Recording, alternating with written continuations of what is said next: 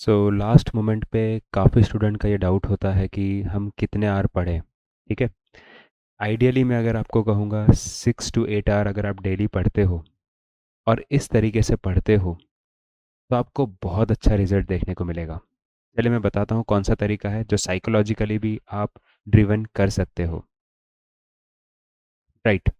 If I talk about this तो यहाँ पे मैंने 5 सेक्शन रखे हैं। डेली आप 5 सेक्शन पढ़ सकते हो या सिर्फ 2 सेक्शन पढ़ सकते हो।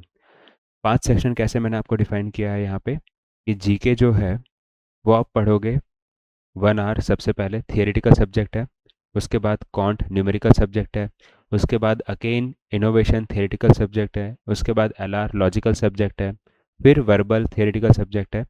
यानी 5 घंटे को मैंने थियरी और लॉजिक के बीच में डिवाइड कर दिया है। If you are comfortable with using this kind of technology और this kind of technique you can use this method.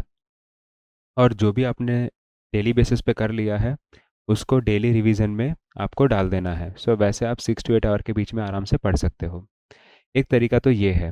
दूसरा तरीका ये है कि आप क्या कर सकते हो, आप पूरे दिन को 2 स्लॉट में डिवाइड कर सकते हो। एक मॉर्निंग स्लॉट और एक इवनिंग स्लॉट।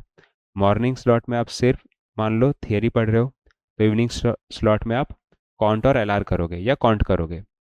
सिमिलरली आप मॉर्निंग में अगर काउंट कर रहे हो तो इवनिंग में एलआर, इवनिंग में आप theoretical subject that is GK innovation और वर्बल कर सकते हो।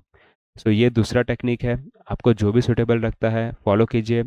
अगर मैं आपके जगह पे होता तो आइडियली मेरा रूटीन ये वाला होता जिसमें मैं हर एक चीज़ कवर कर रहा हूँ, डेली कवर कर रहा हूँ। और इस वजह से मेरा डेली का डेली हर एक सब्जेक्ट के साथ टच हो रहा है।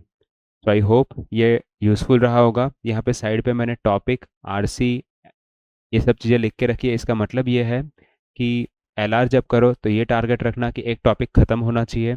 वर्बल जब करो तब ये ध्यान में रखना कि आज एडीएम कर रहे हो तो दूसरे दिन वोकैब करोगे, तीसरे दिन ग्रामर करोगे या ग्रामर और एडीएम साथ में करोगे। और रिवीजन हमेशा एक्टिव लर्निंग में होता है। आई होप ये सारी चीज़ें आपको समझ में आ गई होगी। Thank you so much. जय हिंद। वंदे मातरम।